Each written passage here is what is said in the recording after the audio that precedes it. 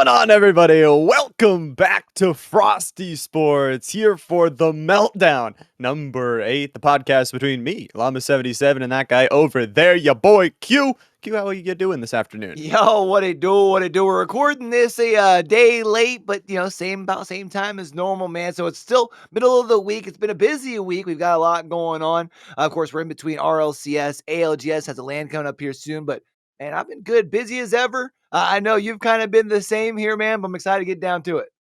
I'm excited too. I mean, a stacked up week. We got to have the Polar Flare number 2, Mexiclica. Congratulations off to them, and so many amazing things going on. But you talk about Rocket League. I mean, so many roster moves going on, Q. I would say a decent amount of roster moves. I would actually almost argue that there's not as many as I thought there would be, but there have been definitely some big ones, right? We talked about last week, Joyo leaving Moist Esports has been confirmed going to Oxygen Esports. So, act big surprised. Also, act big surprised as far as Super Lucky to Pioneers. So, two that we kind of talked about last week, just to kind of catch y'all up. We were right. Maybe y'all should listen, pay attention.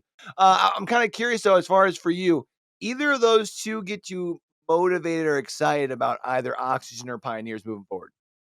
I think both do. I think Joyo is such a good player, and I think just like a storied history, a really good fan base. I feel like behind the player as well. So Oxygen, I think that they needed a kind of this little boost, not only in the fandom, not only in the player to kind of replace it, but also the Pioneers move you talk about. I think it's kind of the same thing, right? Like you're getting two really big following players and two big moves that I think, like you said, we were kind of predicting. Yeah, I mean, call me biased. Anyone who knows me knows I'm a Pioneers fan. It's still hard for me to not call them KCP now that they're the Quick Trip Pioneers. But regardless, to bring a player like Super Lucky, who you mentioned does have quite a bit of a presence, but also bringing them back to the Pioneers organization, maybe a little bit of that, like, let's do it one more time, sort of magic run, sort of story motivation, possibly. Um, as far as for Oxygen, like I do feel like Joyo, I mean, maybe brings a little bit more over the EXO that they dropped for this player change. But man, Oxygen is going to have a tough crawl if they're going to, look for a major spot. Yeah, that's the one big thing I was gonna point out. Like these two teams, although the players are kind of like going into the same type of, or they're coming from the same type of scenario where they're, bringing a big following, they're going to a team to try and fit the slot. These two teams are in very different positions. Like the Yeah. Pioneers, they right now are in a good position to, go to the next major. They're sitting in that second place spot where you think about Oxygen, a team who is 22 points behind of that fourth place spot in Europe. That's gonna be hard, and it's gonna take a lot of success. Yeah, well, I think the big thing, especially when you talk about Europe, it's like, what do you do to take down the big four? And I think that's something that we can kind of talk about here in a minute about talking about just the way that like points break down. But I think when you look at the top of Europe right now, those top 4 squads, Yeah. especially with the fact that I think what was most people's, like, unanimous number 4 out of those 4, it was your major one Yeah. winner. So, um, EU definitely looks very strong, and we kinda saw just throughout the results of the year that it was, I mean, basically those 4, and the rest of the story was kinda about when you cross the path of one of those 4, so Yeah, it seems pretty impossible. Like you said, pretty much everybody's 4 won the major, so like I don't even know what the rankings are going to be going even into Europe. So it'll be interesting and exciting. I think for Oxygen though, it's a little bit of an awkward scenario because like you said, you have to find success and you have to find it very quickly. And I feel like if this roster doesn't succeed, if Joyo doesn't succeed in this spot, I mean, they could be looking to making changes very quickly. When I kept looking at EU in particular during the off season, I feel like they, amongst other regions, but I feel like EU feels it the most of the lack of wild card when it comes to world championships. Right now, you literally get the same amount of spots that you do get throughout the rest of the year. So you don't all of a sudden have this opportunity of maybe bringing in a fifth or sixth team if they get hot towards the end of the split. Right, so for EU. I hate to say it. I don't wanna be one of those guys. It's like the downer in the room, but I really do feel like it's just about the which of those 4, top 4 ends up getting hot like Yeah. right now. I mean, we saw a couple of other teams that were like middle of the pack kind of make a few changes, but otherwise not really much. And you can understand why. I mean, we've already got the new split starting up this weekend for most of the regions. I think you saw, did you see that they're changing up the weekends a little bit for a couple of the regions Yep. for split 2? What's your thoughts on that? I think I think it's kind of interesting. I don't know that it will change too much, to be fair. Like I Yeah. think like you said, like because of how things already went in split one, that we kind of already have most of our teams, I feel like, locked for the next major. That like unless some of these top teams are like slipping up and like fumbling a bunch of their matches, like I don't know that much is gonna change. Yeah, I feel like definitely at the top for sure. And I also feel like when we look at the change of how when the qualifiers are being played, because remember True. um last split, everybody except for EU was on the same schedule. I technically so technically MENA was like a day earlier. That way they didn't Yeah. have any games on Sunday, right? But it was still the same weekends. Whereas now EU has the same weekend as I think as APAC and OCE, like they're on the same schedule, which is Yep. just kind of weird to me because I feel like if you're going to keep two of them or to separate two of them, APAC and OC are the 2 that overlap, but, Yeah. um, I wanted to ask your thoughts on something though when we were kind of again, we were talking at the top. You said a lot of roster moves were made. I kinda felt quite the opposite for how much of a separation there is at the top. I kinda thought there were gonna be a couple teams that or a couple of players that maybe attempted to do some super team sort of deals where you just have a very strong second split and try and propel yourself, Yeah. in towards Worlds. Um, and I think part of the reason is you don't see where players own the points that they earn through the season. When we look at things like Apex, right, Yeah. where when rosters break apart, players earn or like have a percentage of the points that their team earns. So they put together a different roster, then they're Yeah. kind of able to still earn their way towards land, right? Right now, that's not a possibility for RLCS. And I can't help but wonder, especially if we do stick with this only two split setup like we got this year, because remember in the years past, we've had three, right? Yeah. If you gave that, like, power to the players in a sense, if we would see more roster moves, especially again in an EU where it's like, "Dog, we gotta take down the top 4. We gotta put together a Yeah. super team and try and see what we can do. We don't have any time to let this cook."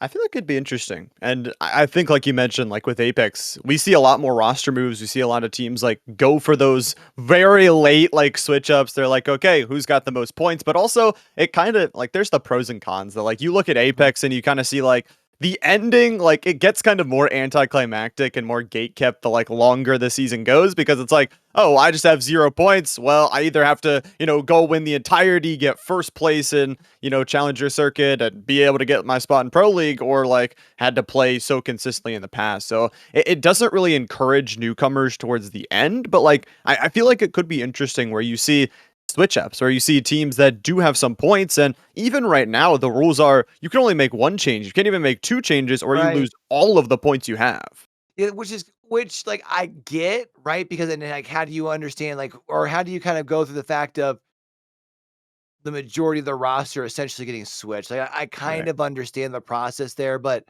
yeah, it is tough only being able to make one change and only one change. So it's kind of a tough deal. But speaking of changes, Llama, um, did you see that Moist Esports making some changes? I did.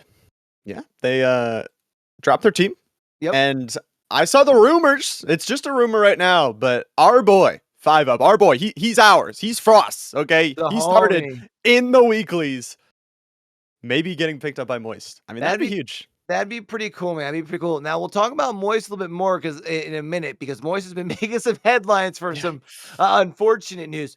I do feel like for Moist, moving to NA makes sense because again, the French 4, like how do you get past that, especially when you're looking at wanting to get more brand recognition and stuff like that. I also feel like we have seen Moist moving into more of a NA specific org, right? Like, yeah, you Right. had the OCE APAC South team, but they've moved to North America.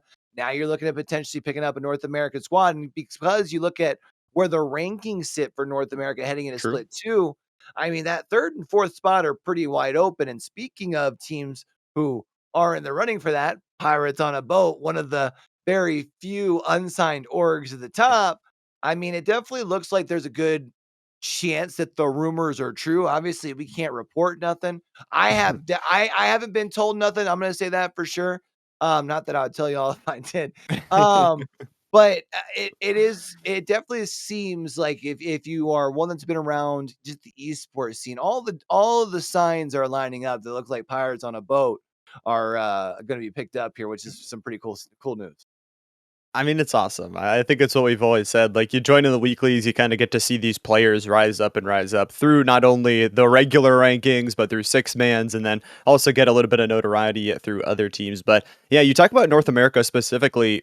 G2 and Gen G are definitely safe. I mean, Gen Yeah. G would have to like absolutely blunder, probably, not make it to Swiss for all three of them if they don't want to make it. But G2 definitely safe. Everybody else, not really. I mean, Luminosity only 5 points ahead of OG, and then OG only 9 points ahead of Dignitas. And then there are so many teams just like around that threshold that picked up points because you kind of talk about, okay, we don't have the wild card this time, but there are a lot of just wild card North American teams. There's a bunch of like 14, 50-year-old kids that are just joining in and taking down some of these top teams. Yeah, I mean, we've definitely seen that, like, the separation at the top. You mentioned the 2 top teams, but one behind them, it really is a wide open field, especially because then behind there, you've got the debates of, well, Luminosity strength of schedule as compared to, maybe a Space Station Gaming. Some could even make the same argument for TSM for why they're as True. high as they are. TSM, though, another one of those teams that's comprised of players that we have seen come through the Frost scene. So, by the way, if you're, watching and think that maybe you've got what it takes, make sure you're jumping in the Discord, man. It's always fun to see new faces coming out and putting their best foot forward. Um, but again, when you look at teams that make sense for Moist, it's really just Pirates on a boat. Because otherwise, you look down, what, maybe Omelet, Snowman, Young Yeah. Whippersnappers, teams that like if they had more of a social if they had more of, like, the content creator Yeah. presence would make Yeah. sense for a Moist because they are kind of a content creator, like, driven org, right? But I think when you just look at if they're coming to North America, Pirates on a Boat are the only ones that really make sense. I think that's very true, and I think like TSM got their good roster while they could because, like you said, there is not a there are teams that like I wouldn't mind the Omelet or Young Whippersnappers or Soman. I mean, those are great players on the team, but they are kind of low enough down in the point category. And like you said, like some of them are younger kids. Like even though Wavy is like 16, he gets like 1,000 viewers and like is memeing and dancing on every single stream. So yeah, I could definitely see that with players like Eris, which you see like 5 up maybe a little bit younger, but you have those players that are still kind of like those content creators on the team. And honestly, I want to get your thoughts, Q, because we were kind of talking about those changes. We're changing a little bit of the best of fives from best of threes. All of the cash matches are now guaranteed best of fives. So some of those earlier 120 round of 128 matches are a best of fives. Yeah, I'm a big fan. We've seen quite a bit in the past where, um teams that didn't make sense to be going into the lower, like, half of their Swiss Yeah. brackets were going down in the lower half of the Swiss brackets, and then all sorts of, like, hecticness breaks loose, right? Because then nothing makes sense. Now all of a sudden, you've got maybe a team up at the top who's really I don't wanna say shouldn't be there, but we all know what I'm saying. Um, and then all of a sudden, you got where you have these very, like, stacked halves of the bracket where unfortunately someone doesn't get to go Yeah. to a Swiss because of one series that was you lost 2 games, like, bro, like, come on, 2 Yeah. games, dog? Like, come on.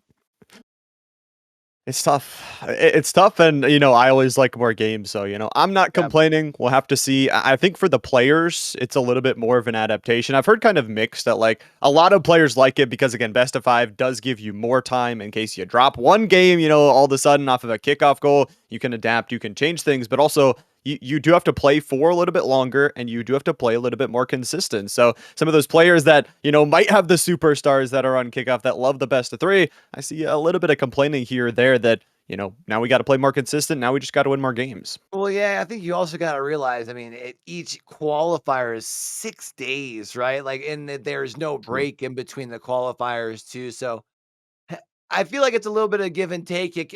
at the same time, most of the people that are complaining about it changing the best of 5 were the same ones who are complaining about the best of 3. You can't make everyone happy, you know what I mean? I do feel like, though, when we talk about for making sure that we have the most qualified people, at least for Swiss, because we all know that Swiss can give us some fun twists and turns. But Yeah. if we're at least making sure that each tournament, the 16 best teams of that weekend are playing against one another Yeah. on that final weekend, I think that's what's most important. And I think going to the best of fives does that. I think so too. I think it inspires the teams to get better, and I think it will breed the best teams for that Swiss stage.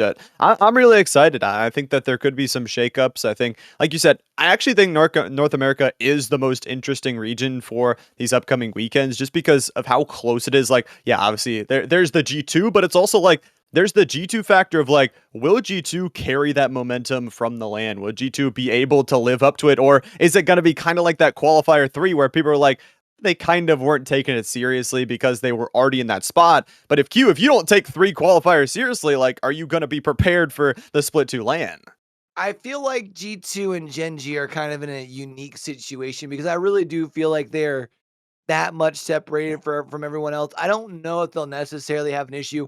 I do think that we will see them drop some games that we won't expect them to, but I don't expect them to be going to like lower brackets in Yeah. the early rounds of any of these like early rounds of Swiss. You know what I'm saying? So, or well, I guess they're not Swiss. The best of fives, the Yeah, the double best of fives. eliminations. Yeah. You know what I mean? But um, yeah, I definitely feel like NA is going to be the most fun to watch.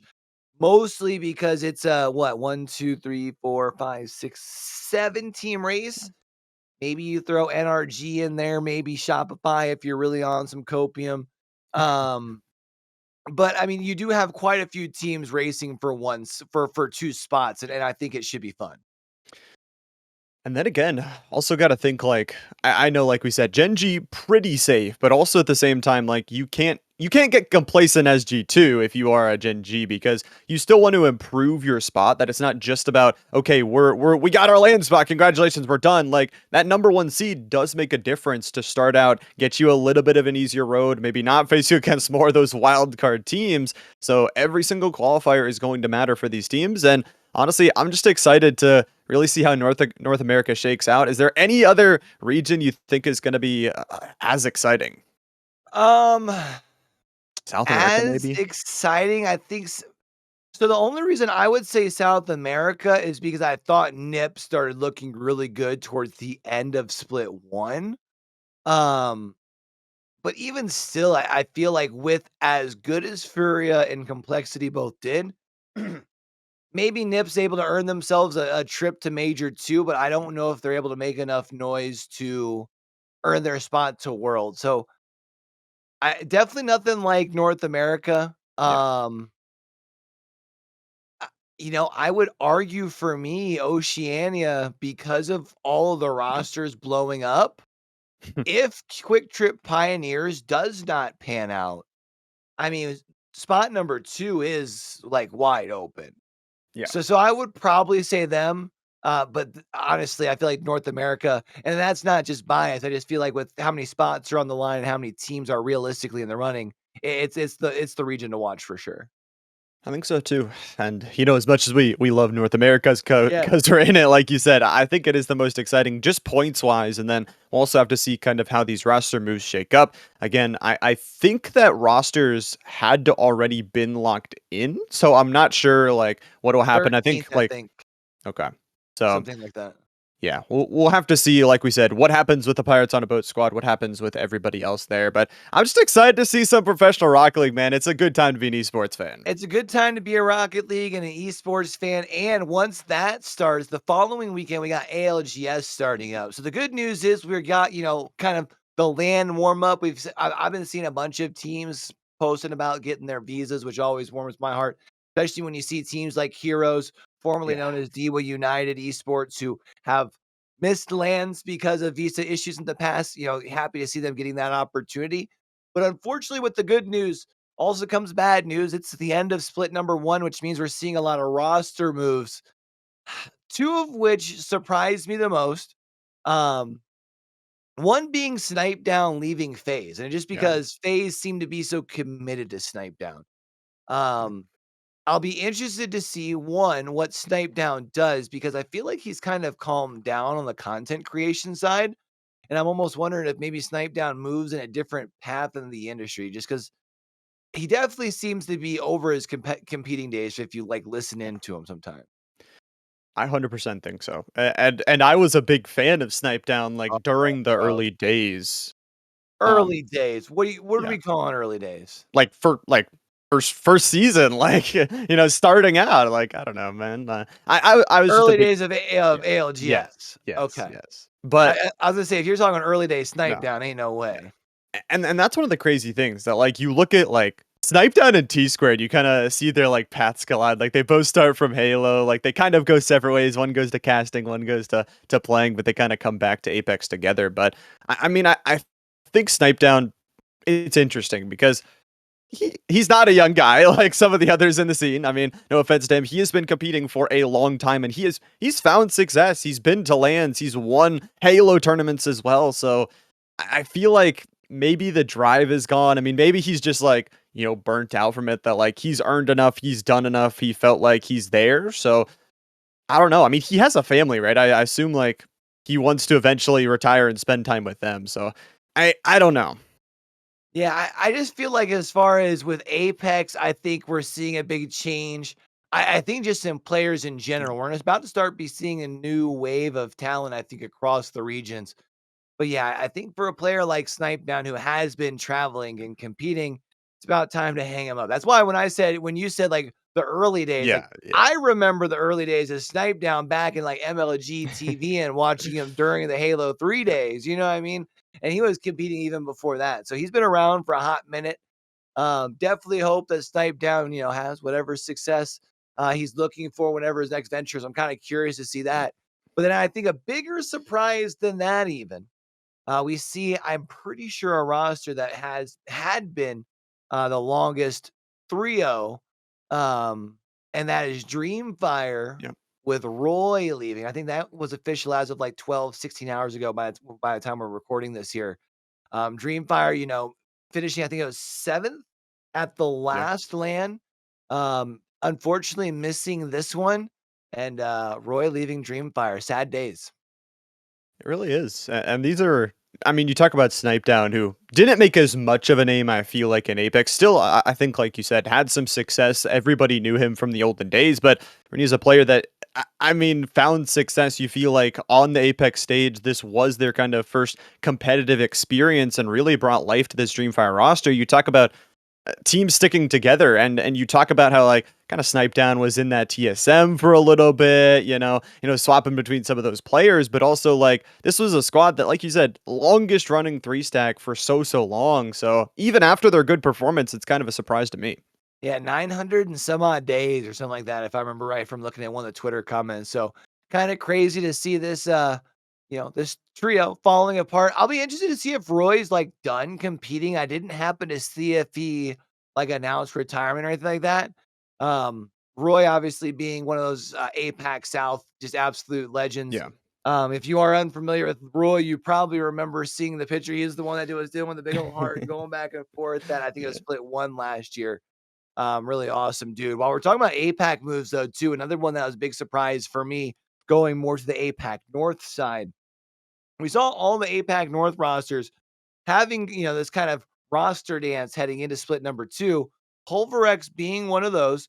And they released their whole roster, including F John. And F John's been like a Pulverex, like Yeah. he's been there forever. So I don't know if they announced if they were leaving Apex. I don't remember seeing if that like one thing like, in Yeah. particular, if they're leaving, but definitely surprised to see them dropping their entire roster.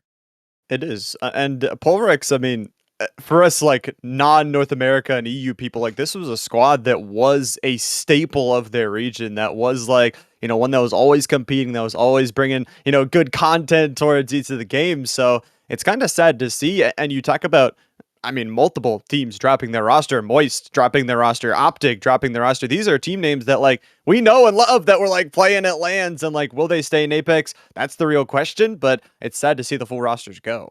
Yeah, remember this Pulverex squad was the, same Pulverex that was getting cheered at Raleigh when they were playing as a duo, Yep. and almost qualified for the last day. So, hopefully they still keep around as a, organization. Pulverex is one of those names that's been around for ALGS for quite some time. But, you mentioned 2 other ones I did wanna talk about, Moist and Optic, 2 teams that were both part of the partner program that literally just got announced what, 5, 6 months ago? Optic out. They said they done. They're out of here. They're taking their ball and going home. And Moist, unfortunately had to drop their roster for other reasons, just for the fact that the trio is able to get in and compete because they cannot compete under the Moist Esports Yeah. name because of the whole visa issue that they've been having for months now. A little bit awkward. And I think the Optic one is kind of bigger news because again, when you think about staple organizations of LGS, when you think of like Dark Zero, you think of TSM, and you definitely think of Optic. I mean, a team that you talk about a couple lands ago was competing for the top spot that was, on match point, I believe, 2 lands ago and had an opportunity to win it all. And then, these past couple Last land. splits, yeah, last land, yeah. This last split though, not really having the performance they want. The land really wasn't the greatest for them. So I don't know. I don't know if it's just the performance or if they just are done with Apex, but it's a little bit worrying. Yeah, I feel like for me, the big thing I'm worried about is Optic gets into this program, and it's not even like Yeah. they just drop their roster and then pick up a whole new roster, because we've seen other teams already do that, looking Yeah. at you, Luminosity. But for Optic just to be like literally one split and they're out, and you can't help but wonder. Plus, there's already been like grumblings on the street about worries about the future of the esport. And then you do see such a big name. I mean, Optic, yeah, and I would say a esport org that we have seen as kind of retracted back to more of its roots in the COD and Halo esports and kind of sticking more to those titles. But I feel like for ALGS, as opposed to say when they pulled out of RLCS, ALGS kind of fits along that same line, being a first Yeah. person shooter. So for to see them kind of pulling out again after being one of 12 teams in 4 regions that gets the assistance from EA, you gotta wonder what's going on behind the scenes. Yeah, I mean, it could be a million things. It also could be like, maybe it's an org problem. Maybe, they made a bad investment other places as well. But it could also be that, like you said, it could just be like Apex in general, that we have seen this a little bit before, that Apex finally implemented this kind of creator program, but they hadn't had it for a while to kind of merge with these organizations, help them out a little bit and get them some back where their fans could support them by getting in-game items. It's working to me, but again, it's just so hard for me to speculate, but because I know there could be a million things going on. Yeah, it's interesting, right? Because you have things like that. You do have orgs getting back into it, like Space Station Gaming, right? I actually saw, I think it Yeah. was Frex tagged, and I think it was the one of the Optic posts talking about, if they needed to get find where to put Optic's spot, Space Station Yeah. Gaming would be happy to take it, which I couldn't help but laugh. But there has been speculation that part of the reason we've been seeing these orgs joining back into ALGS, and we did see announced here recently, is the fact that Apex is going to be getting played at the Esports World Cup, right? Yeah. Um, and I feel like I understand, orgs wanting to get in for that reason if that's the case.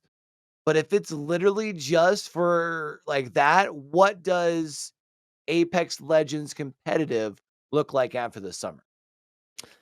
It's interesting, right? Because you talk about some orgs wanting to get in for the money, some orgs wanting to get out because of the event, but Right. just in general, I mean, it's interesting because, like you said, like you have this big event this summer, and then you have this kind of, we don't know if they're going to run another one after that. We don't know what Apex is going to be like after that, and we don't know how much support again is going to be kind of given back towards maybe more organizations in that organization program where they can get that kind of cosmetic. So I think it's awkward, but also like it's something where you also have to look at Apex in general. Like there are 2 very dominant teams right now that if you're Right. going to enter in the scene, you better have confidence in your team that if you're going to spend money on them to especially go to this World Cup event, like they're going to do well. And it's just, as much as I love Apex, it's hard for me to see a team picking up a roster that is going to beat those two teams.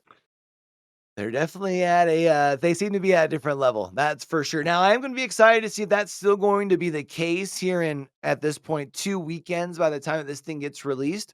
With Los Angeles being right around the corner here. Yep. I'm sure we'll talk a little bit more about that as far as next week, though. I didn't want to reach on that too much because, again, we still got a couple weeks left. We do have some early, way too early predictions. I think that was last episode, right?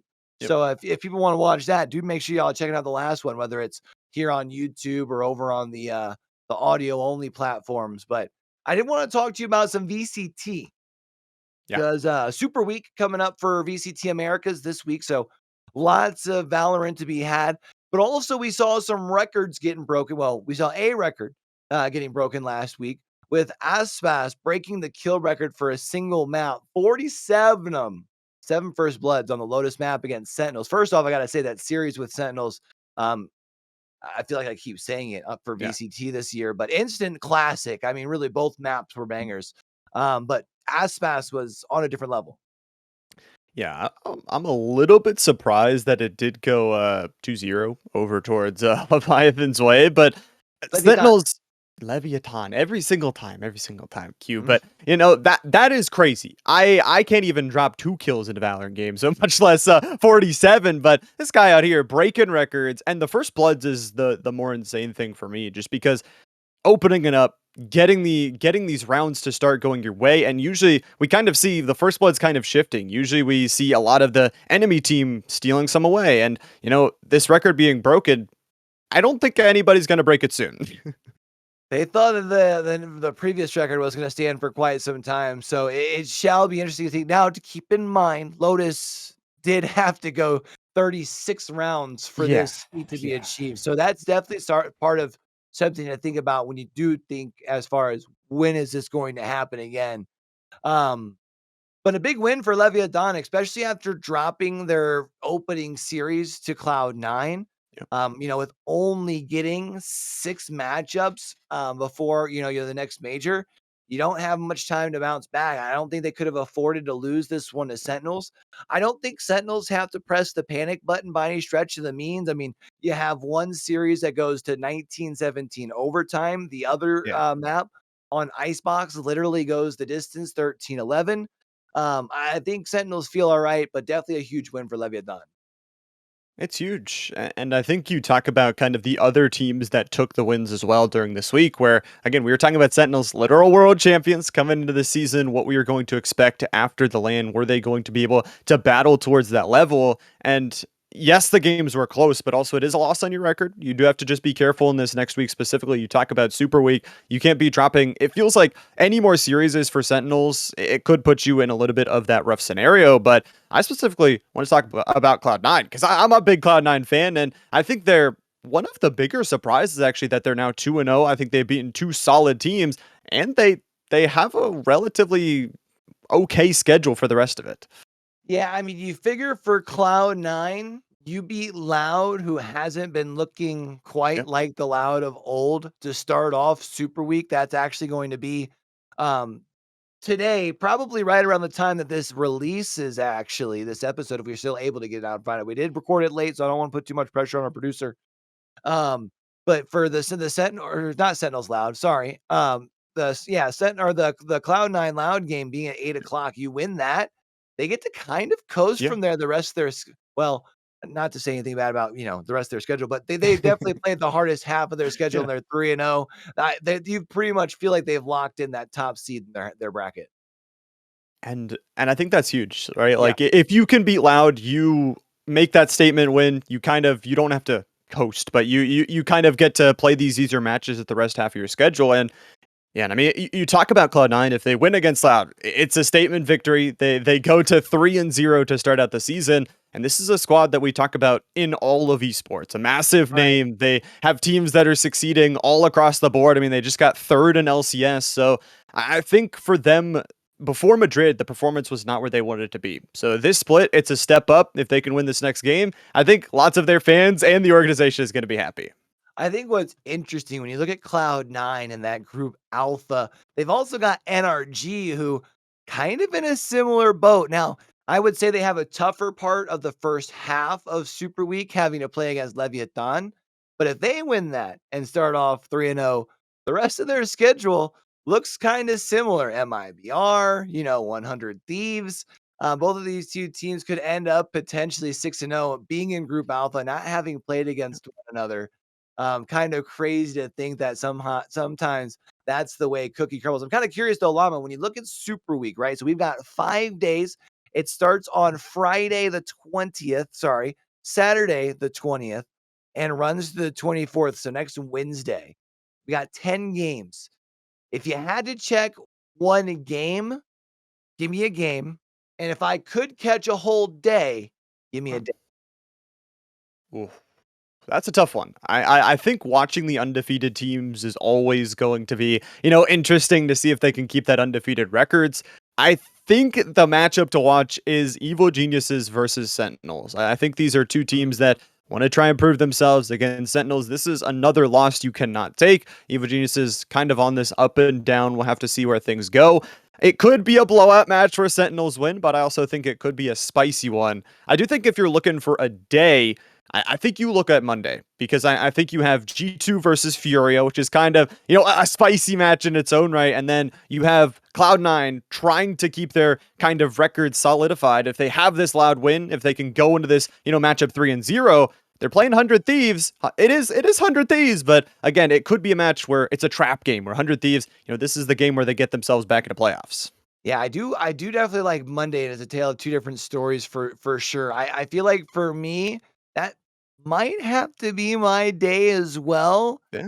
I also kind of wanna see, uh, um, it's interesting, right? I'm kinda looking at Sunday, Crew versus Evil Geniuses. Crew True. sitting at 2-0, but for Crew, it's been against Furia, it's been against MIBR. If you can take down an Evil Geniuses, although it's not obviously the Evil Geniuses from last year, maybe we can start giving you a little bit of cred and not just, be memeing from that, what was it, the sideshow clip? "Go on a run!" Um but I do feel like when you look at that and then follow it up with NRG and Leviathan, that could be a very fun day to watch, and then I am going to say NRG versus Leviathan, my matchup to watch for sure. A lot of good matchups, and I'm excited to just see how things shake out because we kind of talk about the Valorant regular season. You don't really have a lot of games to miss. You start dropping a loss here or there, it really does ruin your chances to start to get towards those playoff spots. So I think Cloud9, one of the leaders right now, along with NRG, that are kind of looking forward. If they can take a couple wins in this Super Week, they will be pretty locked in for themselves. But things could get spicy. I mean, Sentinels 1-1. It would be crazy to think, you, if Sentinels take some losses here in this Super Week, here in this next week, if we don't see Sentinels go into playoffs. Yeah, it would definitely be a, picture worth talking about, right? It would be quite the story, and especially when you do look as far as for where they sit, like, with their bracket. I mean, NRG, Cloud9, we are just talking about more than likely well on their way to having undefeated or only one-loss seasons. So then you have Crew, G2, Sentinels, and who am I missing there? Just those 3? Yeah, just Yeah. those 3 Yep. competing for the last spot. So, yeah, Sentinel's gotta make sure, especially with Evil Geniuses, I mean, or sorry, for with G2, because G2's schedule, uh, about to get somewhat easy. I mean, they have Leviathan the back half of their, um, super week, but if Loud's in a bad position come the end of the season, maybe they get the benefit of playing a team like Loud when Loud has nothing to play for, and Yeah. G2 is able to sneak into that 3rd spot in Group Alpha. So, I mean, there's a story where there's a world where that could definitely happen. And I think it's also that's the big story, right? That like these two teams that I know it's early in the season, early in quotations, but we're 2 games in. There are 2 teams that are undefeated that weren't going towards that land, that weren't at that level playing where Loud and Sentinels were, in the grand finals, in the top 4, in that bracket to try and win it all. So it's interesting just in it itself that like the level of performance from Cloud9 Energy over the offseason has really improved. Well, I mean, Energy made all the roster moves, right? I think True. Energy had a lot of expectations going into the season, so I am happy to see that they have been able to hold up to those expectations as for now. You know who I'm also, though, gotta say has not met up to expectations, but I'm not surprised, Llama. we're going over to Pacific. You seen that boy Ye? Ye has been absolutely irrelevant, bro. Like, I mean, not really able to do much for his squad. Bleed has the worst round differential in Pacific right now. Ye has literally gone into hiding. Yeah. I just want to know when my homies, especially some of my mods from my community who continue to harass me, will finally admit that Ye is on the downfall. El Diablo, their flame has been put out. It seems so. I mean, like you said, not only are they 0-3, they have the worst round differential of any single team, but also you talk about a player that kind of has high expectations and moving from region to region. Like, it's always the like, oh, I'm from North America. We are the best region in the entire world. I'm going to go smash everybody 1v5. And then it's like, I got smashed 5v4 and like never finds anything to do. So it's a little bit awkward now. Like for Ye, you can't go back, bro. Like you're disowned from here. You're disowned from Pacific. Like you're out of everywhere.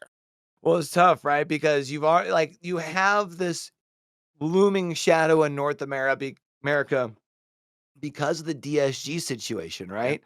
And there were the issues of the roles and having problems with the roster. And then you go to this roster on Bleed where everyone thinks this Ascension team just might be able to come up and push for a land spot. They pick up Yay, and now all of a sudden that's not the case. They're letting go some of their longtime players that you wonder, is this maybe some role issues like we heard from Cloud9? I'm not 100% sure.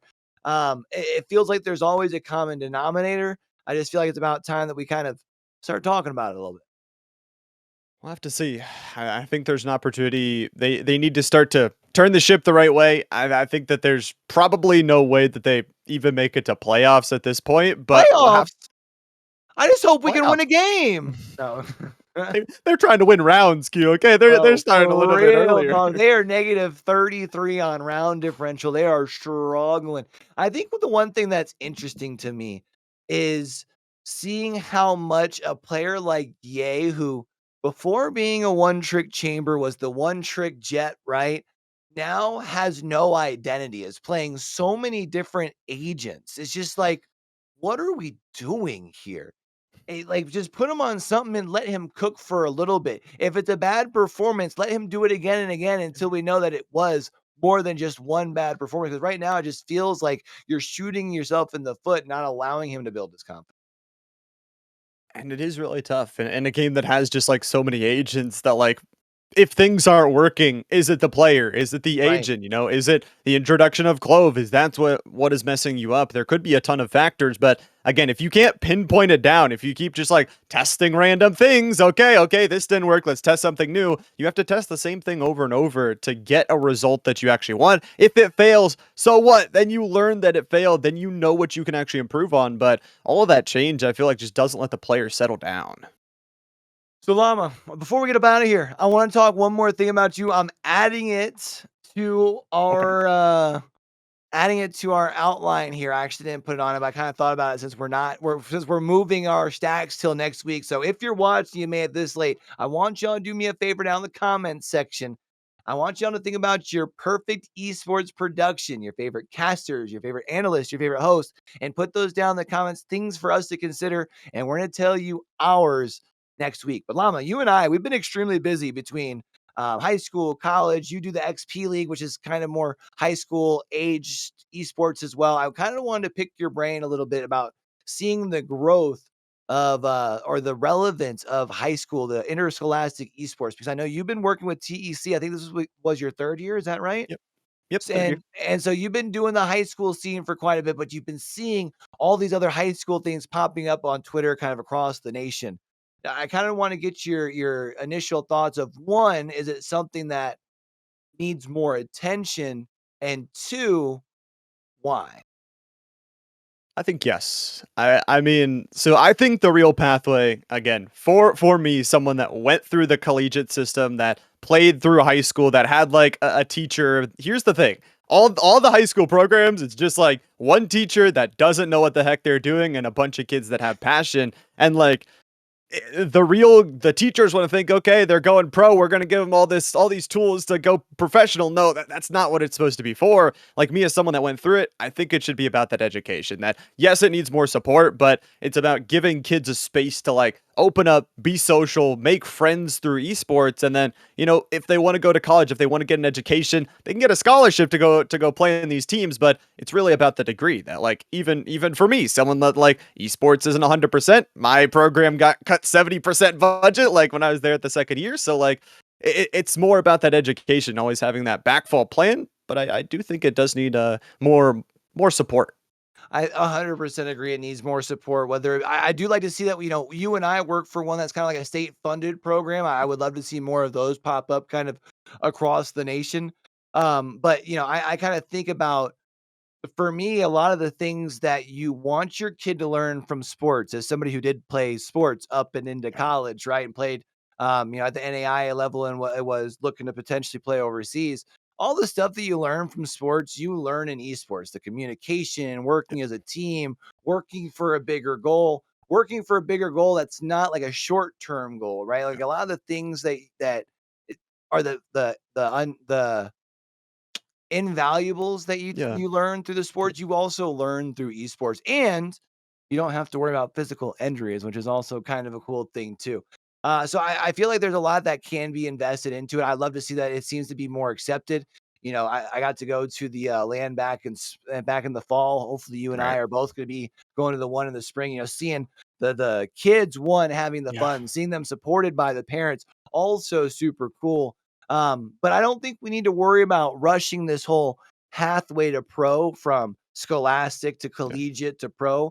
But I do think that we have to have at least an understanding of how to cater to the players who have the potential to make that run from interscholastic to collegiate to pro. Yeah, I think you have to find that balance. And my esports director, Troy at Ohio Northern, always said like you have to have balance. Like he was very strict that like if you didn't have good grades, if you didn't have B's or higher, you weren't playing your matches, you weren't going to practice, you were sitting in your dorm studying. And where you talk about that physical injury, you can play for 16 hours and maybe your eyes are going to get messed up, maybe you're going to lose a little bit of sleep, but you can play for so much. And it's hard to achieve that. Like pros are doing that. Like pros are streaming 12 hours a day. They're grinding, they're scrimming all their matches. So to get to that level, you have to either be very pinpointed on your practice and say, I'm going to improve on this, this, and this today. Or you have to say, I'm going to play 12 hours today and try and match that. And it's hard with kids in school. And like, even for our Apex team at Ohio Northern,